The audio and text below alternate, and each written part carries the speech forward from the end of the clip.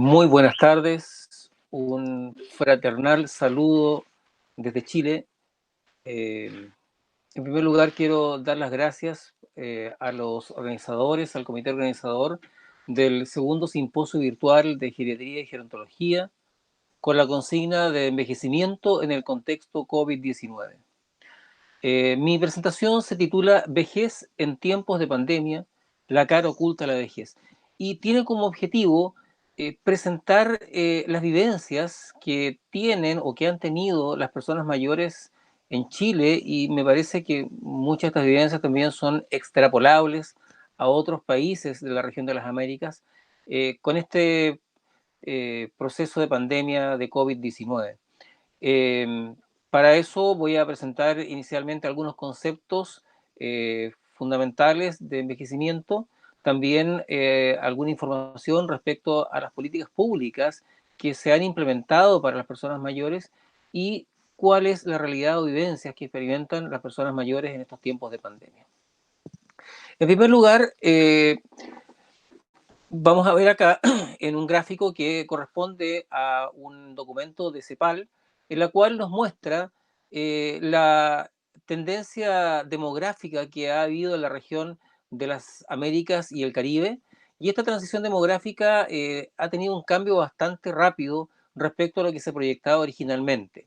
En el año 1975, la pirámide tenía una amplia base que reflejaba una gran tasa de natalidad con su pico bastante cercano a los 80 años. Eh, ha ido cambiando gradualmente y el año 2000 esta pirámide había cambiado, donde el cambio más relevante era la disminución de la tasa de natalidad.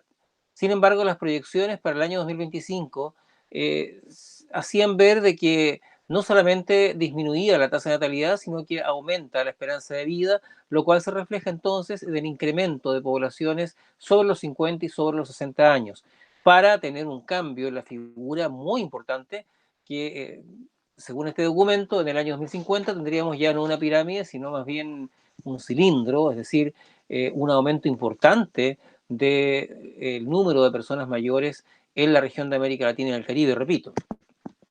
Ahora, ¿qué es lo que ha pasado en Chile? En mi país, según el último censo realizado el año 2017, el cambio se refleja también con mayor velocidad. Y vemos que lo que se proyectaba en la imagen anterior para el año 2020, para el año 2025 aproximadamente, ya lo tenemos el año 2017. Es decir, nos hemos adelantado más de 10 años en relación a lo que se esperaba. Y este cambio rápido, violento quizá, también ha sorprendido a los distintos estados, ya que las políticas públicas han ido gradualmente cambiando en América Latina, más en algunos países que otros, pero no se esperaba un cambio que fuera tan rápido.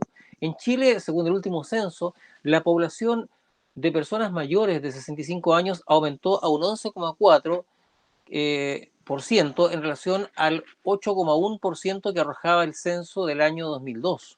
Y en este contexto, entonces, si nosotros sumamos a las personas que tienen más de 60 años, vemos que este porcentaje aumenta a 16,2%, lo cual también, ¿no es cierto?, muestra, ¿no es cierto?, que eh, vamos a tener que preocuparnos respecto a estos cambios porque han sido y son más rápidos de lo proyectado, y obviamente esperamos que en el corto plazo tengamos en Chile y en gran parte de los países de Latinoamérica una población que se va acercando o que va a llegar a un 20% del total de personas mayores. Como en todos los casos, ¿no es cierto?, la estadística indica que son más mujeres que hombres. La prensa también ha señalado algunas alarmas respecto al tema. El diario Mercurio, que es un diario de gran circulación nacional, muestra o mostraba en su sección de economía y negocios que el envejecimiento de la población se transformaría en 5 años más, esto fue el año 2017, en un problema a nivel nacional, ya que se duplicaría la cantidad de pensionados. Otro diario, El Mostrador, que es un diario digital, muestra que también las conductas de los chilenos va a cambiar o iba a cambiar, ¿no es cierto? Iba a cambiar la ley de oferta y la demanda producto del cambio demográfico que estamos mostrando. Yo creo que el desafío más relevante que muestra este cambio demográfico, esta transición demográfica, es justamente cómo los estados, cómo los gobiernos y cómo los ministerios, ¿no es cierto?, instalan, ¿no es cierto?, políticas públicas que sean adecuadas y eficientes. También quiero detenerme un momento en definir lo que es envejecimiento y vejez. Eh, Sabemos la diferencia, pero habitualmente tiende a confundirse o tiende a homologarse ambos conceptos, siendo totalmente distintos. El envejecimiento es un proceso que es inherente a todos los seres vivos y obviamente a todos los seres humanos. Es un proceso fisiológico, es universal, es continuo, es irreversible, está toda la vida y aunque hay distintas posiciones, yo me quedo con esta que señala que comienza desde el momento en que nacemos para terminar al momento de morir. Ahora, lo particular del proceso de envejecimiento es que habitualmente tendemos a hablar de envejecimiento y lo homologamos a vejez, pero no nos damos cuenta que este proceso ya lo estamos vivenciando todos. Desde niños estamos construyendo un camino para llegar a la vejez. La pregunta es, ¿cuál es el camino que estamos construyendo? El envejecimiento es un proceso en el cual se van incorporando normas, valores, comienzan, ¿no es cierto?, a imperar principios que tienen relación con las creencias, con la espiritualidad, con la forma de pensar, con las costumbres, ¿ya?, con las expectativas, los miedos, el sentido de la vida. Se va adquiriendo sabiduría y experiencia, pero por sobre todas las cosas se va produciendo un cambio en todo sentido, biopsicosocial, que nos va haciendo cada vez más distintos y nos enriquece más como personas. Esto es muy importante porque el proceso de envejecimiento, si bien nos afecta a todos, es diferente en cada una de las personas y es diferente en cada una de las comunidades, y en términos de salud debemos estar conscientes y considerar esta multidimensionalidad del envejecimiento. Por otra parte, la vejez corresponde a una etapa de la vida. Y en este caso hay muchos estudios. Aquí presento lo que señala la Organización Mundial de la Salud, que categoriza en tres etapas la vejez. Una vejez temprana, que la categoriza de 60 a 74 años, una edad avanzada, que va entre los 75 y 90, y la longevidad, que considera a todas las personas de 90 años o más. También está la clasificación de Skelton y Dinanjang del 2008, que hace una categorización en décadas de las personas mayores, comenzando desde los sexagenarios para terminar en los centenarios. Si bien en algún momento cuando se entregó esta clasificación era un poco extraño hablar de nonagenarios, incluso de centenarios, hoy día ya no es extraño. Ha aumentado tanto la expectativa de vida, el proceso de envejecimiento se ha transformado en algo global, que ya centenarios vemos en distintas partes y en otros países latinoamericanos también ya no es infrecuente poder ver personas con más de 100 años de edad. En Chile, el ministerio que está encargado de entregar y administrar las políticas públicas hacia las personas mayores es el Ministerio de Desarrollo Social, que cuenta con el Servicio Nacional del Adulto Mayor, quien está encargado de velar por el bienestar y por la calidad de vida de las personas mayores o de las agrupaciones de personas mayores. En este contexto, la vejez, que es un concepto social asociado a una etapa de la vida, eh, normalmente está muy asociado a la edad, ya a la cronología de vida de los seres humanos.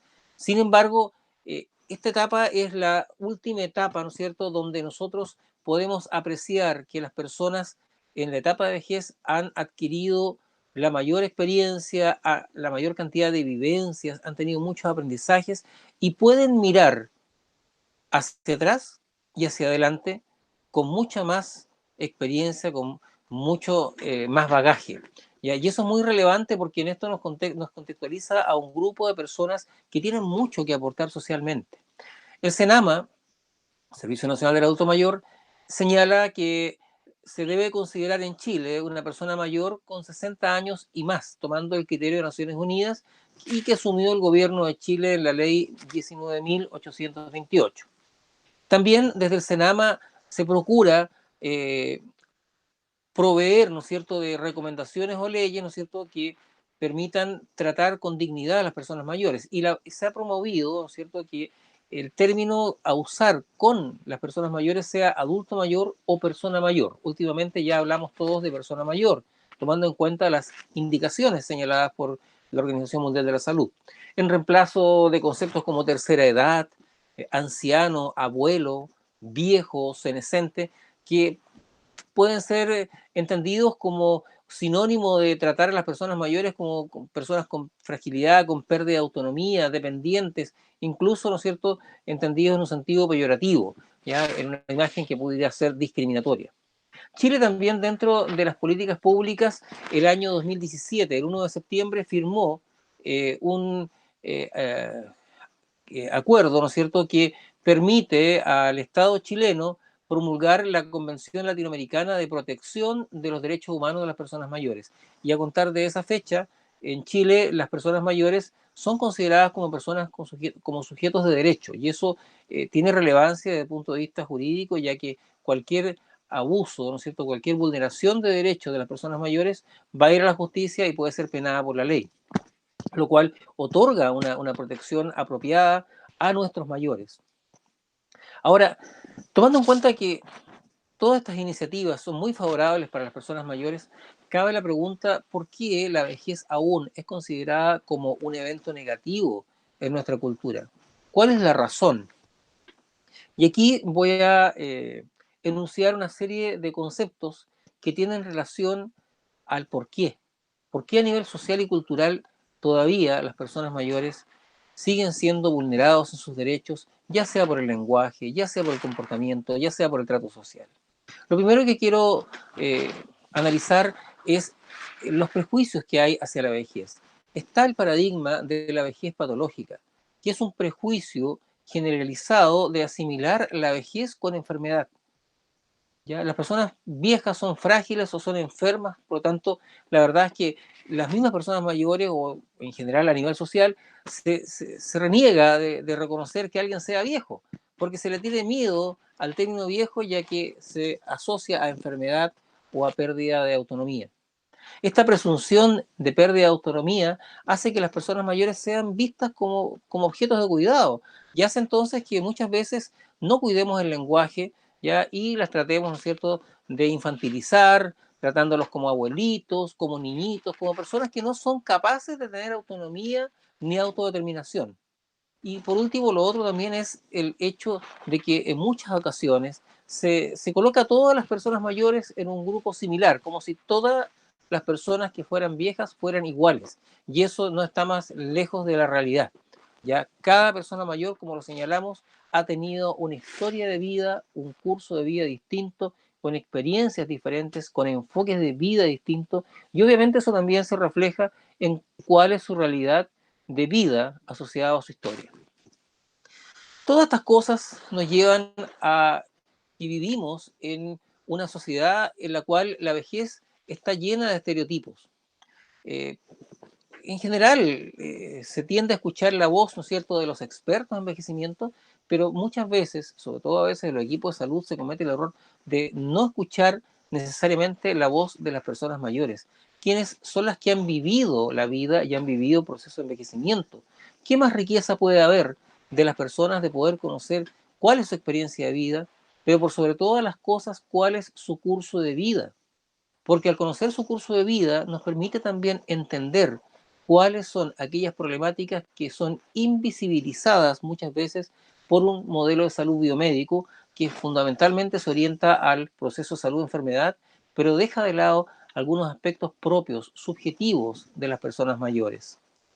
Esto mismo nos ha llevado a darnos cuenta en un estudio que estoy llevando a cabo por mi tesis doctoral respecto a las causas de caídas, de que está tan interiorizado el tema de estos estereotipos en las personas mayores que los propios adultos mayores asumen que ser viejos es ser enfermos y tienen temor a reconocer la vejez, producto de este conjunto de estereotipos que están navegando, dialogando con ellos. María Eugenia Morales, en un artículo que se llama Los adultos mayores chilenos en el siglo XXI, un enfoque politológico, señala lo siguiente: la vejez es percibida y transmitida como una situación angustiosa, estereotipada en imágenes de ancianos enfermos, inválidos, que sufren graves alteraciones emocionales y que por sobre todo representan una carga emotiva y económica para sus familias, sea que compartan en el hogar con sus parientes o vivan solos, o estén internos en instituciones especiales. Como señala ahí, los medios de comunicación se refieren al problema de envejecer, presentando algo tremendamente falso y eh, nada más lejano de la realidad. Cuando hablamos de problema de envejecer ya estamos entonces entendiendo erróneamente lo que significa el envejecimiento y por sobre todo la vejez. Estos estereotipos se muestran en figuras, por ejemplo, en que asumimos que las personas mayores tienen problemas cognitivos, tienen problemas de movilidad, todos tienen problemas de dependencia, y eso no es así.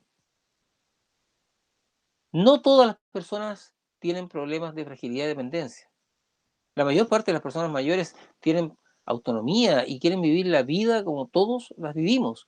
Por lo tanto, también debemos pensar en la imagen del adulto mayor alegre, activo, con un envejecimiento positivo, con participación social, con voz, con competitividad. Es decir, todas estas cosas son parte de la vida y también son parte de la vida de todas las edades, de las personas mayores, de las personas de edad media, de las personas jóvenes. Todos tenemos que participar ciudadanamente en todas las actividades. En la salud, desafortunadamente, también tenemos el predominio del paradigma positivista, que si bien los avances de la ciencia médica han favorecido muchos elementos asociados, ¿no es cierto?, a poder, ¿no es cierto?, aumentar la expectativa de vida, la pregunta es, ¿qué es más importante? ¿Ya? ¿Más años o mejores años? Porque una cosa es, ¿no es cierto?, tener mayor cantidad de años de vida y otra cosa es tener más años de vida con mejor calidad. Y muchas veces la ciencia nos ha permitido, ¿no es cierto?, asociar cada una de las ciencias en particular a mejorías en órganos, en sistemas, en algunas actividades en particular, pero la pregunta es, ¿el avance de las ciencias en particular puede dar respuesta a los problemas globales o totales de las personas? La verdad es que las ciencias han avanzado de manera fragmentada en este modelo que es el modelo positivista de la ciencia, ¿ya? Pero las personas deben ser vistas en su complejidad. Y en ese sentido, las personas somos personas que tenemos creencias, tenemos convicciones, tenemos vivencias, tenemos una historia de vida, también tenemos relaciones con familia, con la sociedad, nos hemos tenido situaciones positivas, negativas, toda esa experiencia nos hace, ¿no es cierto?, relacionarnos con el resto, con nuestro entorno, con nuestro ambiente, con el cosmos, con todo, ¿no es cierto?, de una manera diferente. Y por lo tanto, cada persona tiene, ¿no es cierto?, una visión distinta de la vida y por lo tanto debe ser abordada particularmente, ¿no es cierto?, de manera integral. Entonces, lamentablemente, el predominio del paradigma positivista de las ciencias trata de explicar fenómenos que son complejos, ¿ya? Y que lo hace a través de un modelo reducido, reduccionista, mecanicista, ¿ya? Fragmentando la realidad hacia áreas específicas. De esa manera es imposible. La única solución para los problemas del ser humano es un enfoque sistémico, un enfoque holístico que permita abordar todas las áreas que permiten la vivencia del ser humano. El modelo de salud, desafortunadamente, también trabaja en este modelo fragmentado en que fundamentalmente se enfoca a salud-enfermedad, ¿ya? Y obviamente este modelo no necesariamente va a dar solución a los problemas de manera eficiente, ¿ya? La Organización Mundial de la Salud ha señalado que la estrategia más apropiada para la salud de las personas es el autocuidado, y el fortalecimiento del autocuidado está dado, ¿no es cierto?, en la convicción que las propias personas tengamos de nuestra salud y cómo a través de esta convicción nosotros fortalezcamos redes comunitarias, sobre todo en periodos difíciles como el periodo de pandemia, que permita que nos ayudemos, que seamos solidarios, que nos preocupemos el uno del otro y que entendamos la salud de manera integral, de manera que evitemos que escuchemos noticias como las que hemos escuchado este último tiempo, donde los adultos mayores son encontrados muertos solos en sus casas. No puedo dejar de lado también que en nuestro país el modelo que impera y que impera en muchos países de Latinoamérica es un modelo neoliberal, que es un modelo que fortalece o promueve el individualismo, ya, y que de alguna u otra manera ya lo que valora finalmente es la productividad económica. Es decir, si el sujeto deja de ser productivo, ya no es relevante para la sociedad. En ese sentido, este modelo ha inhibido ya el empoderamiento de las personas, el empoderamiento de la comunidad, y por lo tanto también se ha perdido el control social y político, ¿ya? No es ningún descubrimiento para todos el entender de que al momento de llegar a la jubilación hay una disminución radical, importante de los recursos económicos. Los sistemas de pensiones no han sido suficientes para entregar una vejez digna. Hay una reducción importante del ingreso de las personas. Por lo mismo, muchas personas no quieren jubilar, prolongan el tiempo laboral, y esta estadística que está entregada en Chile nos muestra de que actualmente en Chile el 21% de las personas mayores trabajan. Y esto me llevó a mirar un poco qué pasaba en la región de América Latina, y en Argentina y Uruguay la cifra de adultos mayores que trabajan va entre un 15 y 17%. En Brasil, Colombia, México está entre un 22 y un 27%. ¿Por qué trabajan las personas mayores? ¿Por gusto? No, trabajan por necesidad. Como señala ahí, la mayor parte de las personas mayores, incluidas las mujeres, postergan su retiro, ¿ya? Y un 12% de la población mayor lo hace después de los 70 años. Caemos en esta dualidad, ¿ya? En la cual, por un lado, consideramos la vejez como positiva, la gente con experiencia, ¿no es cierto?, que hay un reconocimiento social y respeto a las personas mayores, pero por otro lado están estos paradigmas socioculturales que nos hacen ver a la persona mayor como una persona enferma, estado de déficit y poco productiva. Esto es muy delicado, ya que se junto, ¿no es cierto?, a la incapacidad que tenemos de formar redes comunitarias, va llevando a las personas mayores al aislamiento, y eso hemos visto en esta pandemia: aislamiento, soledad y abandono. En Chile, el primer caso reportado de COVID fue el 3 de marzo. ¿Ya? El primer informe epidemiológico mostró que la mayor parte de los contagiados estaban en rangos de edad fundamentalmente entre 30 y 50 años. Pero la población más vulnerable, indudablemente, sabemos que son las personas mayores y las personas con enfermedades crónicas. Esto finalmente tuvo un recorrido muy trágico, muy dramático, donde el pic de contagios estuvo, ahí está el pic, en julio. ¿Ya? Afortunadamente hoy día el país está en reversa, ¿ya?, en desconfinamiento, pero actualmente tenemos 442.000 casos de contagiados, con 415.000 que se han recuperado, y lamentablemente una cifra de 12.700 de muertos, de funciones, que gran parte de ellos son personas mayores. A pesar de las medidas que hubo, que el gobierno declaró que el 24 de marzo las personas mayores de 80 años debían quedarse en sus casas, ¿ya?, debido al aumento de la cantidad de contagios, el 15 de mayo esta medida se hizo más rígida. Se aumentó el rango de edad hasta los 75 años, pero todas estas medidas de confinamiento, de pérdida de autonomía, generó repercusiones, ya que las personas mayores comenzaron a perder la comunicación con otros mayores, comenzaron a perder sus redes, disminuyó la cantidad de actividades que tenían, y eso también trae repercusiones a nivel psicológico y a nivel económico, porque tampoco tenían, ¿no es cierto?, las posibilidades de poder adquirir las cosas que necesitaban, y muchos que no tenían redes sufrieron mucho, incluso algunos fallecieron. ¿Cuáles son las estrategias que nosotros tendríamos que tener? ¿Cuáles son los desafíos? De acuerdo a lo presentado, uno de los desafíos es que la salud debe estar centrada en la persona y no necesariamente en la enfermedad. Con un enfoque de curso de vida es súper importante mirar la historia de vida de las personas y cómo esta historia de vida se ha construido en el tiempo, cómo esta historia de vida permite proyectarnos hacia el futuro o modificar o desatar los problemas que hemos tenido en nuestra historia de vida.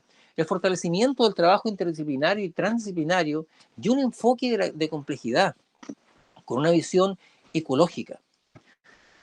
Esta pandemia entonces nos enseña de que es tremendamente importante fortalecer la autoestima de las personas, lograr que las personas tengamos un autoconcepto positivo y tengamos capacidad de decisión y autodeterminación para poder promover, para poder fortalecer medidas de autocuidado. La mejor estrategia en salud es el autocuidado. De esa manera lograremos que la comunidad se empodere y participe en tomar decisiones activas, participativas, que promuevan, ¿no es cierto?, el bienestar. También es importante el respeto a nuestros pueblos originarios. El respeto a la interculturalidad también es muy importante en todos nuestros países latinoamericanos, donde están, ¿no es cierto?, los pueblos originarios que muchas veces, ¿no es cierto?, han sido vulnerados sus derechos y por lo tanto es relevante la reivindicación de los derechos de los pueblos indígenas y el derecho a la identidad cultural. Este empoderamiento de las personas mayores nos tiene que llevar no solamente a tener autocuidado con nosotros mismos, sino también a ser agentes en la promoción del autocuidado y de la salud. El tiempo me pilla, por lo tanto terminamos acá. Les agradezco mucho su atención y quedo atento a sus preguntas.